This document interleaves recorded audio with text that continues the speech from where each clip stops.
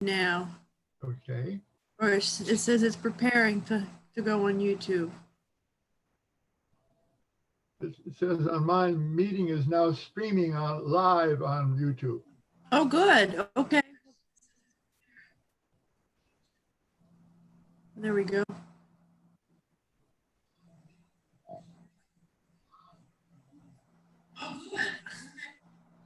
Okay, we're gonna, I don't know how to, all right. But what I want to do is go back to this. All right. Oh, Barbara, why are you muted? Let's unmute you. There we go. Now we can hear Barbara. Hello. Hey, how are you? I'm good, thanks. How are you doing? Good, good, good. I'm Okay. So now I'm getting an echo from the YouTube. I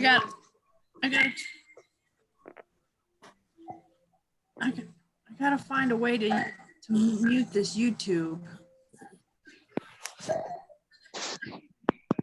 Okay, now we should be okay. All right. And no, I don't want it on that. I want the Zoom. Nope. Okay.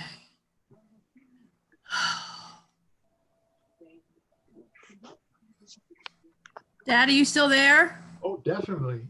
Yeah, he's there. I can... Hi, Barbara. Hello, Mr. John. How are you doing? Pretty well. I have to clean my glasses so I can see everybody. Now I've got this going through to YouTube. I don't know how to make it go back to the Zoom. Oh, wait, here we go. Here we go. All right, now I can let people in and I can, now you might get, I'm going to mute myself for a moment on this because I want to try something else. So just stand by for the technical. I'm sitting down.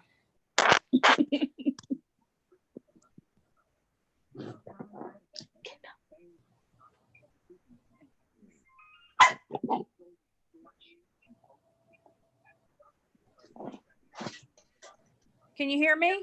Yes. Yes. There are two pictures of you. Just what you always needed. Hey, I hear Marley. Misbehaving. Get them. No. Because what I want to do is be able to focus on the book. So, oh, that's not working. Well, I wonder.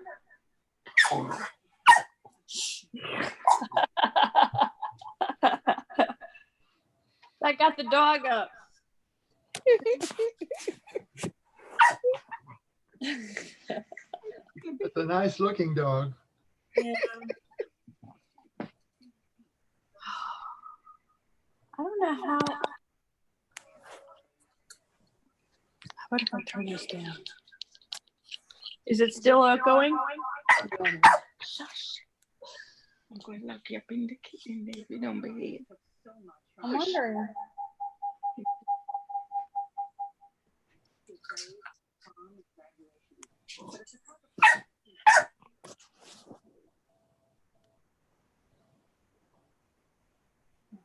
That's the book we're going to read.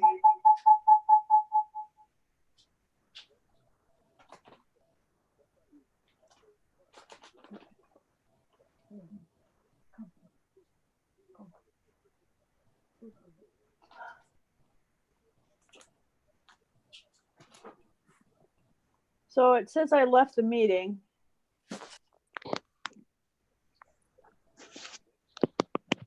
Now I'm stuck. Oh, I don't want that. I like that one. I'm not very good at this. I'm certainly not very clever. I'm very glad that it's just the two of you because this is not working very well at all. I see you, Dad. Will you expect more people coming? I don't know. There were like 5 people who registered. Oh, okay. So what I was planning to do, what I would like to do is read a story. We're going to start with a children's story, but to do some wondering and thinking about it, because we have so much bad news so much of the time that I thought it would be kind of interesting to maybe try a children's story just to give us a little bit of an antidote to all of the bad news. It's strange because I keep looking to the side because that's where the YouTube video is running. And so I'm like 10 seconds behind myself. This technology is not great. Oh, I know what I can do. I can try this. Maybe this will work. Molly, shut up. Now you can see it, right? Yeah. I think I lost you.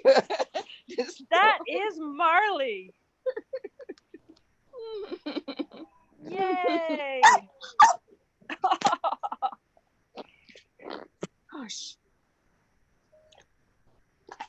I don't know how.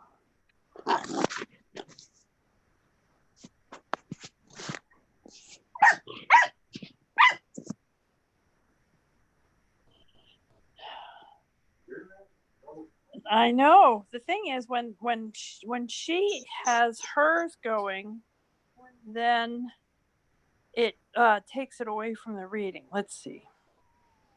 Close. Okay. There we go. I think I can do this. Andrew's supposed to help, but he's still up in the bathroom.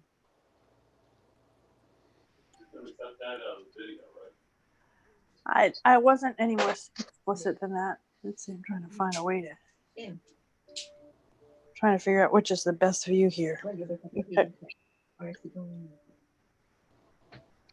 says there's one person watching the video now. I wonder if that's me. Now there's going to be 2 because Barbara came back. Yeah, that's Barbara's house.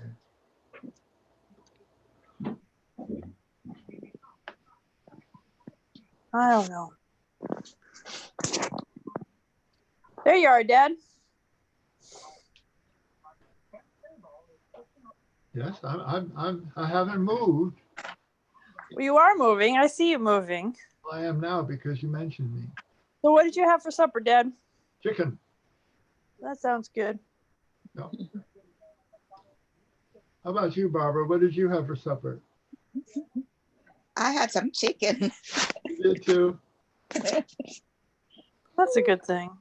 Yeah. I am not sure if anybody else either wants to come or if they're not even going to come because I don't know if I can let them in when I'm on my phone. You want to turn off the phone and take 5 minutes? No, because the thing is, if I turn the phone off and I go back to the computer, it's going to have an echo. Okay. So I think it's better to try to do it this way for the moment. And then the only thing is that I can't, like I said, I can't tell if anybody else wants to sign in because I have the waiting room enabled. Let me just check and see if anybody else wants to join, and then we'll get started.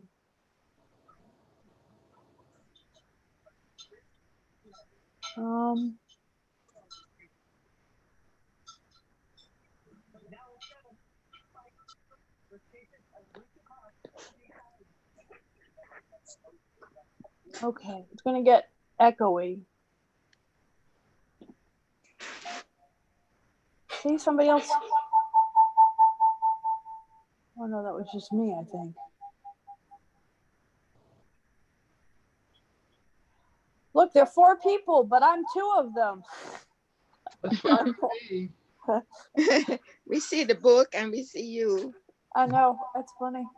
But you also hear an echo, right? We certainly do. Yeah. I'm gonna stop this. All right. Okay. Well, nobody else says that they want to come in.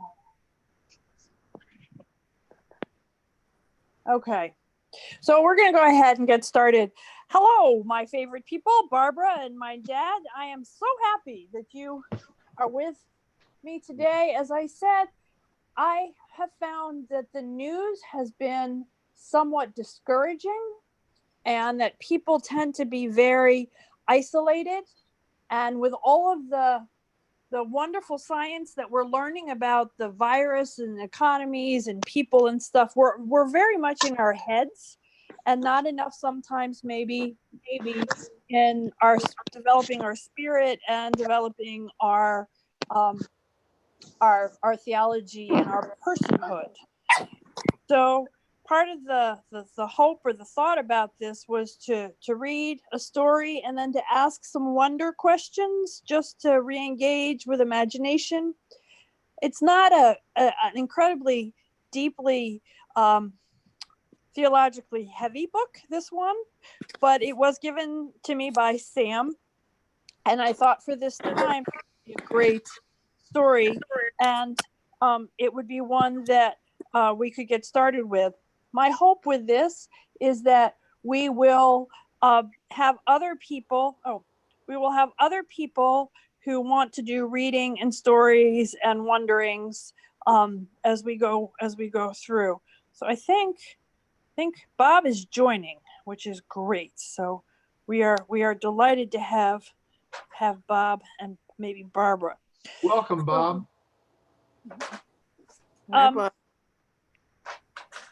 I was just saying that in the world that we live in, which is so technical and heavy in terms of heads and thinking, maybe it is a theological exercise for us to invest in imagination and wonder.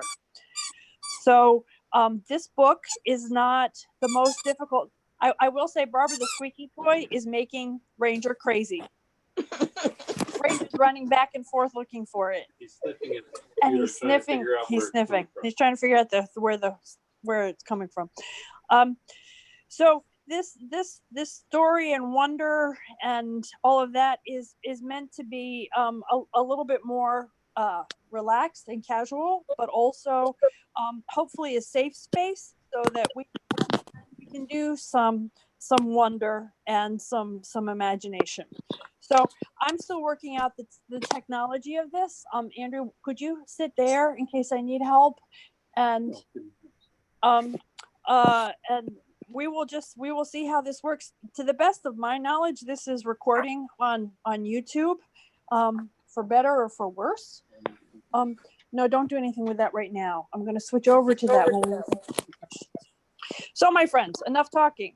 This book comes from Sam. It was her recommendation. It's called A Book of I Am Love, A Book of Compassion by Susan Verde and art by Peter H. Reynolds. And it's part of a series. I have not seen this series. So this is our first attempt to try to read. But the pictures in this are so terrific. And so I really like the pictures. So when I see someone going through the storm,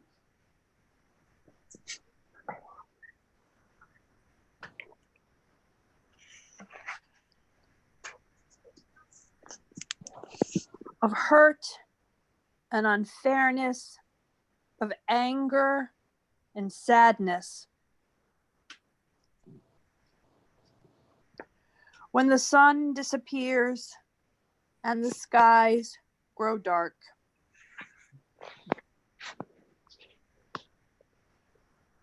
and all I see there is fear.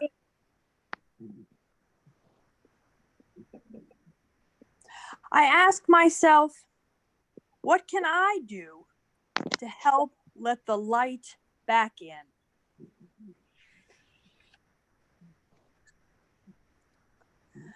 I put my hands on my heart and listen. And that is where I find the answer. Sorry.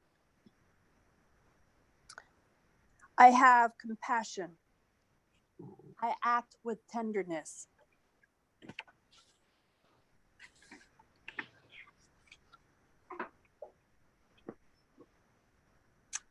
I am love.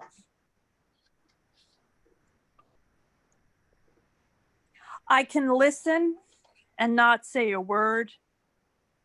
I can be there. Love is being present.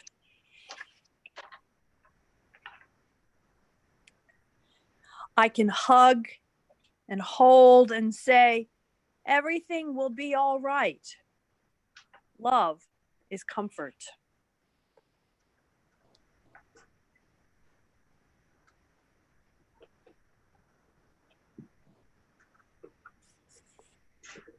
I can speak softly and choose my words and actions carefully. Love is gentle.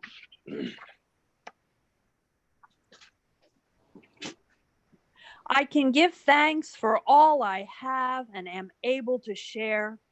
Love is gratitude.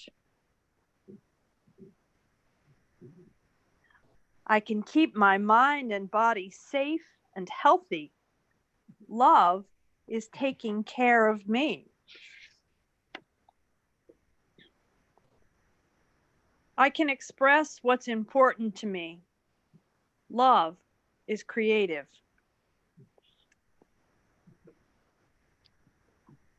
I can know that no one is perfect. Love is understanding.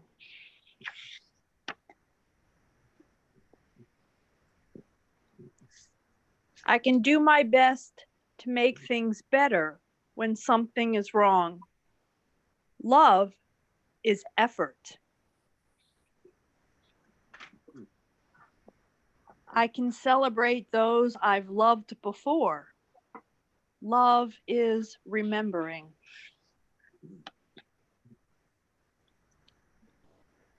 I can find goodness in a kind word, a helping hand, or a shared smile. Love is tiny gestures. I can breathe in the air that the whole world shares and know all creatures are made from the very same stardust. Love is connection.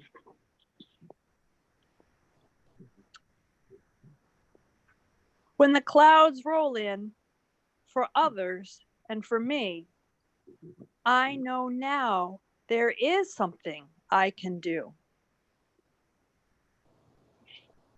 I can let my heart lead the way. I am love.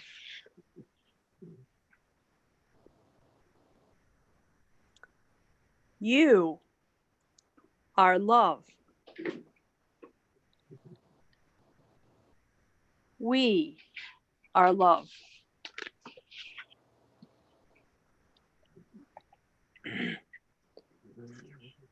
And with love, we will weather the storm and light up the sky together.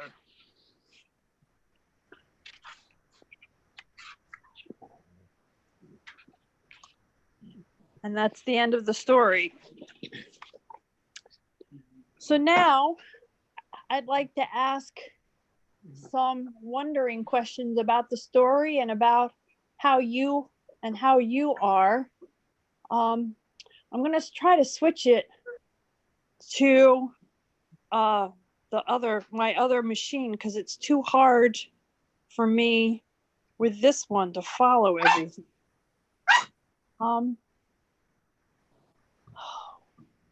So the first wonder question is, I wonder which part of the story you liked the best.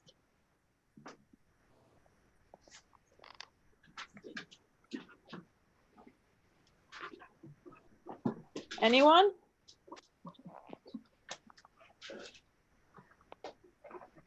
Well, I really like the compassion shown by the little girl in the story. Okay. It's not something which is a custom in our culture, and it's become quite unusual across the whole culture. You know, we see some of it with the virus situation today where people are reaching out. I'm not complaining about that. I'm talking about children. And they are so focused on creating an identity for themselves that it's very hard to be compassionate. And so I really appreciated hearing that story.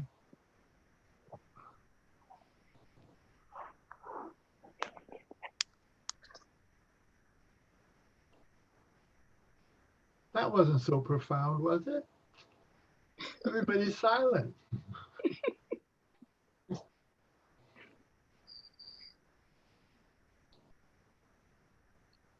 That's all right. I've got other questions, Dad, and you don't have to answer all of Okay. them. Yeah, I kind of joined in the middle of it, so I'm not quite sure. Well, that's fine. So I wonder which part of the story is the most important part of the story. Oh, I was muted. Sorry. I was trying to answer your other question, Mary, Okay, what part of the story did you like the best? where she says, I put my hand on my heart and found it there. I believe that was it. And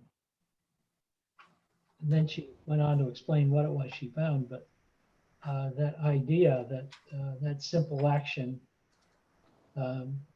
just signaled an awareness of it being there, and essentially implying that it's always there.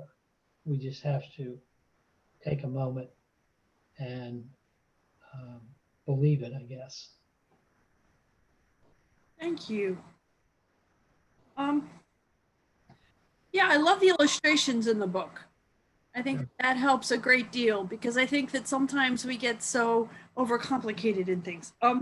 So what part of the story did you like the least? I wonder what part of the story you liked the least, or what part of that story could we leave out?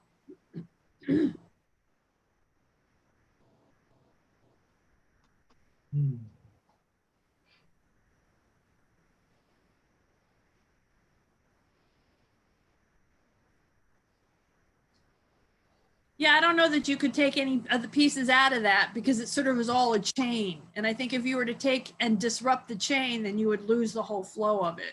Right. So here's a question. I wonder what scripture comes to mind from this story.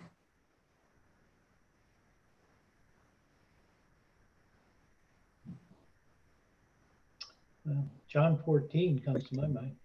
Mhm. Chapter 14. Word.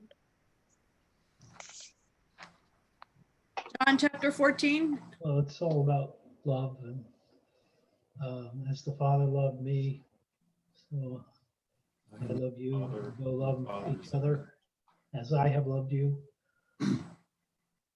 Yeah, the connection of Jesus and God and the Father. Yep. Part in the whole. Part in the whole, says Jeff. I think I read through the story and I couldn't help but thinking about Corinthians. 13. What? Yeah, 1 Corinthians 13, the love Yeah. chapter. Yes. The we're getting married chapter, and it gets completely abused. Yep.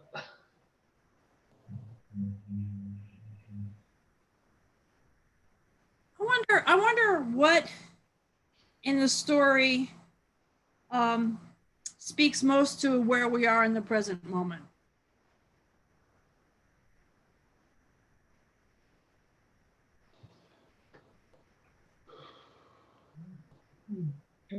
Well, we're kind of living under a cloud right now, aren't we? Can I tell a brief story? Yes, Dad, I was waiting. You were. Well, your mother and I came back from England our apartment, our house was empty. There was nothing in the refrigerator. We decided to go to a local restaurant for supper. And Annie, our neighbor, you may remember her, Mary, was the only person in the restaurant. And she was a server, and she put us to a table and took our order. And we were very pleased by all the attention she gave us. Of course, we were the only ones there. But a young mother and a child of about 6 or 7, a girl, came in. She put them in the table next to us. And Annie turned to the mother and said, "And what would you like to eat tonight?" And the mother said, "I am having a hamburger and my girl is having a hot dog." Now, you remember Annie, and she doesn't sort of take that. She turned to the child and said, "Honey, what would you like?" And the girl said with a very small voice, "I would like a hamburger too." And the mother shouted, "You're not getting a hamburger. I'm paying for a hot dog." And I said, "Okay," and left. And about a few minutes later, she came back with 2 hamburgers, and she put them down in front of the little girl and the mother. And the mother said, "I told you I'm not paying for that." And the little girl said something I've always remembered. "Gee, Mommy, she thinks I'm a real person." Yeah, that's great. That made quite a difference to me. I've thought about that often. How many of us feel that way in the onrush of day? And it comes as a surprise when we suddenly realize we are a person. Maybe if you're not academic, it doesn't happen that way. But Well, I wonder how if we are feeling somewhat isolated and not connected and maybe not then personal, how I wonder how can we remind people that they are a person who matters? And how can we be reminded that we're people that matter? Reaching out to each other. Reaching out to each other. Reaching out. What else? I don't have a right answer in mind, so there are no wrong answers. Paying attention to those around you, I guess.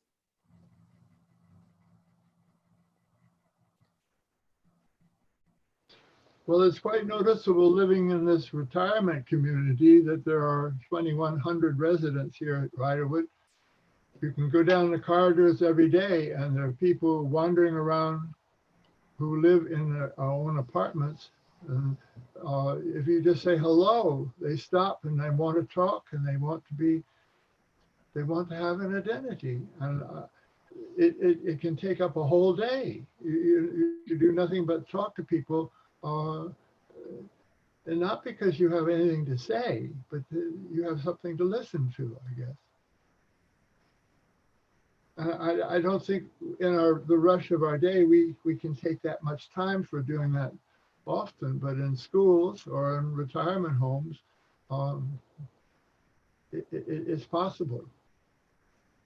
I think a little bit what you were saying in terms of your story, I think that's the question of, treating someone like a person. I think that's part of the example of Jesus, where he met every person as a person, That's right. not a Samaritan woman, or not just a role or a gender, or even somebody who was sick, but he met people as if they were real, valuable people, no matter who they were. I got it. I sent you a note that I did. But one of the questions that I would have, I wonder, I think there's something missing in this book. Yeah, I know. Do you all think anything is missing in this book? She's all by herself, and there's no interactions. She's all by herself, and Don didn't hear all of it, but you know what? I value some of the message of this book, but part of what I miss about it is, where is God? Where is prayer? Where is, it doesn't really always even come from us, but sometimes I feel like it comes from God within us. That we honor each other. And there is no, in the story, she is doing a number of different things, even if she's just sitting and listening or paying attention. But I think, as Barbara was saying, we can connect to each other. And one of the ways that we connect to each other is we pray for each other. And I've had a couple of people call up and say, how you doing? And I really appreciate that people do that. But they've also all said, and I'm praying for you. And it makes a difference, I feel like. Mhm. I think that kind of explicit connection to God and to each other is really, really important, particularly in an environment that feels as divisive as it is at this moment in the outside world. So, I don't know, there are a whole lot of children's stories that are out there. This one was a little bit more directive than some of the ones that I like better, but I really like the idea of being thoughtful about compassion and our role in building compassion. And I wonder if compassion can in some way build resiliency, if compassion is required for a resiliency, like a sense of the other and taking care of someone else builds a sense of resiliency within ourselves. What do you think, Barbara?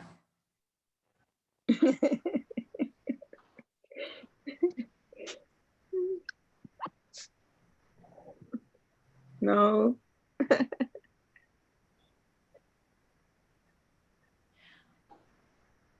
Mary, I think one of the interesting things about living in a retirement community like I do are the number of very old people here on campus who live by themselves. And one of the operating principles of Erickson, who created this community, was to insist on everybody coming down for one meal during the day. So you had to be social. You had to get out of your apartment.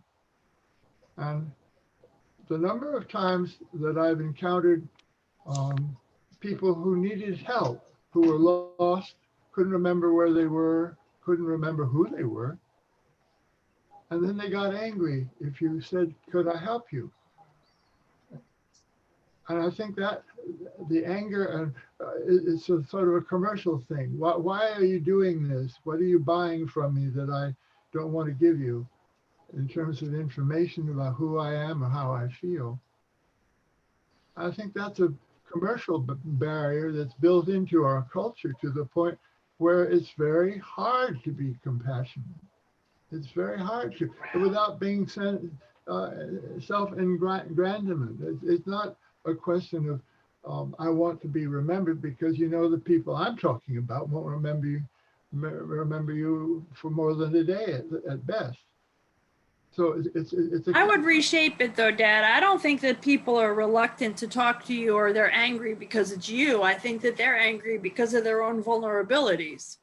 Okay, I agree. And I think that it's a very scary thing to not know and be in control. We're taught, particularly in this society, that we are self-reliant, we work hard, we know who we are, we make our own destiny. And so when things cycle out of control, when there are things that are bigger than what we can manage, we get angry. That's right. I agree. Hey, here comes Paulette.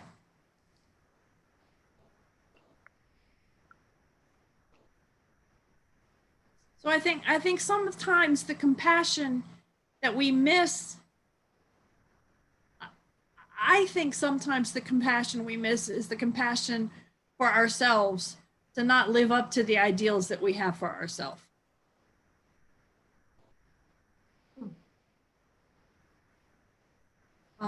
I think, let's unmute Paulette.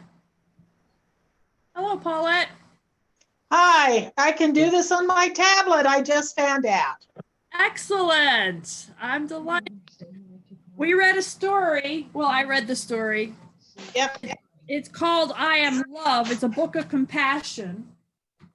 We're kind of talking about the intersection between compassion and resiliency and identity and the role that compassion might have towards helping ourselves and others through this particular time. Okay. So we're just trying to think about the story and the scriptures and the ways in which faith might or might not be helpful. I think one of the things that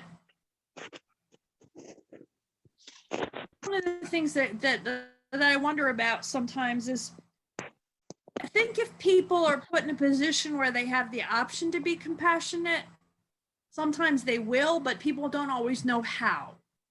Right. And I think that's particularly true around like death or illness in this culture. I don't know how many times people will say to me, I don't want to say the wrong thing, or I don't want to do the wrong thing.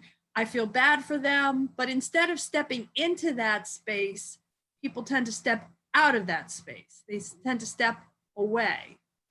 And I wonder if there would be a way to nurture compassion and faith and maybe some self-confidence or forgiveness so that people could step into that space, not to take over the space, but just not to leave the person standing there alone. Yeah. Except I don't know how to do that. Karen Armstrong has written a book called The 12 Steps to Compassion.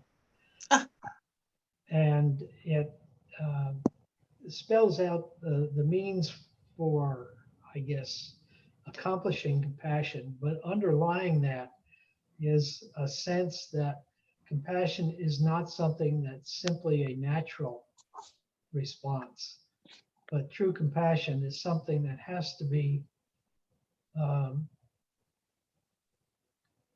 explored, nurtured, and practiced in order to become more compassionate with time. So she believes that compassion can be a learned behavior. Yes. Yep. So how do we teach that then? We follow people like Mr. Rogers. He taught compassion. Yeah. Try to be an example to others. I mean, I guess you have to talk about it too, that just, for Sure. instance, if you're talking to somebody who's lost a loved one, if you knew what to say or what would be an appropriate thing to say or something that would help them, you'd probably say it. But so sometimes it's almost learning at other times what the best things, what things you can say, or I guess if someone's going through a difficult time, what you can do. I think that's one of the things as a clergy person. I think if I had a clergy magic wand, a clergy magic collar that I could wear, it would be, okay, when I have my magic collar on, I know that I can say the right thing. Mhm. Never know. Yeah, it would have to be magic. And there's so many situations that you walk into or sometimes there's not anything that you know that immediately comes to mind. And so sometimes it's enough to just be present, I hope. Sometimes it's a helpful thing to write notes, because then you can't, you know, it's not in that time and place, but it's a little bit distant. And sometimes it's enough to say the wrong thing, but know that even in saying the wrong thing, at least people know that you're there. One of the new people coming as resident stopped a group of us as we were walking down the corridor and said, "How do you answer the question, 'How are you?' at Riderwood?" And a lady, I can't remember who, but I remember her saying, "You look the person in the eye and you say, 'I'm old, I am grumpy, but I'm thankful.'" And that covers just about every contingency, and they don't think of anything else to ask you.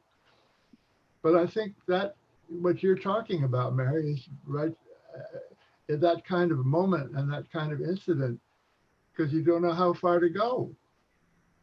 You can't take responsibility to be compassionate. You can speak about it, but you can't do anything necessarily without it being invasive. So here's my question: as the church, right, as God's people in a particular place at a particular time, how do we use what we have from scripture, tradition, and reason? How do we then create an environment that nurtures and practices compassion explicitly? Especially if we can't see each other directly. Yeah. You know, one of the things that Lolly called me up today, which was great, and I asked her about church, and she said the thing that she missed the most, which surprised me, was she missed getting hugs from people on Sunday morning. Mhm. Now, it surprised me because Nick was so much part of that church. And for a long time, she came to church after Nick had died because she could feel Nick in that space and knew, you know, how much of her life she had spent there with her children. But what she missed was not the echo of Nick or even the memories. What she missed was the people who would give her a hug when she walks in the door. And that's the physical contact. And that's an incredible part of compassion. And the words are, "I'm sorry," and "What can I do to help?" or "How can I help you?" And touch. Touch is absolutely compassionate and necessary. And so I think that's one of the reasons that there is a struggle right now, is because we are not touching, and Lolly's not getting that warmth and that incredible embrace that when you take her in your arms and you feel her for whom she is. That's compassion. And we do that all the time. It's not hard. It's easy to just go and engulf someone. And I can't think of a time that I've been told that it's invasive. I've always been, the embrace is returned. The touch is there. And saying "I'm sorry," while it sounds insignificant, is a magnitude of feelings. That's all people want to hear. I think there is something incredibly profound in a hug when you feel another beating heart. You know, the echo of your heart against their heart. You Absolutely. Um, Just their warmth. and it always surprises me for people who have sort of gigantic personalities, being of the larger size variety of human that I am, how tiny some people are.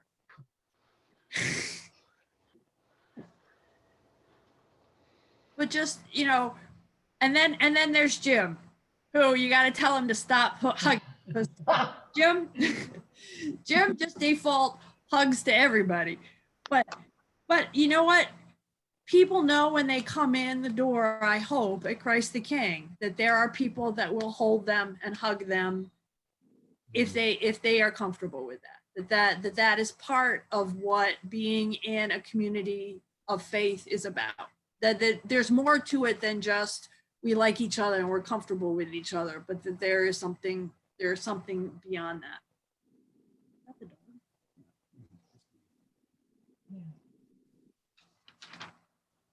Well, would any of you like to read a story next week?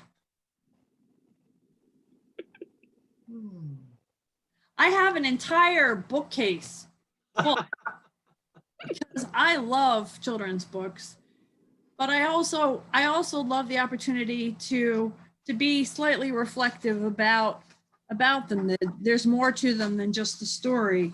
And good children's books invite us to find a place in that story for ourselves, I think. Are there any suggestions of stories that people might want to hear? My son suggested Lord of the Rings, but I thought that was extensive. Not one of my favorites. It goes on forever. Oh, it's only 3 books. What did you say, Mary, about Lord of the Rings? Oh, that's what Andrew suggested. Oh. My first thought was A Wrinkle in Time, but that would take more than 20 minutes. Yeah. That's a lovely book. Oh, I love the book. Well, I will pick another book out and we can do another one next week. Tomorrow night, Bob and Beth are going to lead a Bible study. And so then that will be good and exciting and probably a little bit more theologically deep than this particular exercise. Maybe. I did get communication from Robin, so we are, I think, all set. Oh, do you got them today? Yes. There's nothing like calling up her mother and begging.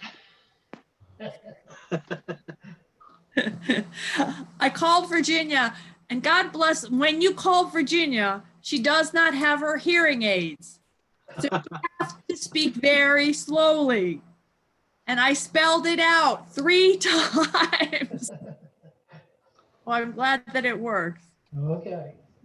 Are you doing Good Shepherd? Are you doing lectionary stuff tomorrow? Well, yeah, probably. I think that was our intent. Yes. Okay. Now, I've not opened them now, so I've gotten the email with all of the attachments. So hopefully everything will work out. I have confidence that everything will work out. It will be fine. Yeah, we'll find out about the gatekeeper. Yeah, the gate and the gatekeeper. Okay. Well, thank you, everyone. Thanks for coming. I don't know what happened to Paulette. I guess it didn't work. Mary, Dad, I can call you back on a different line.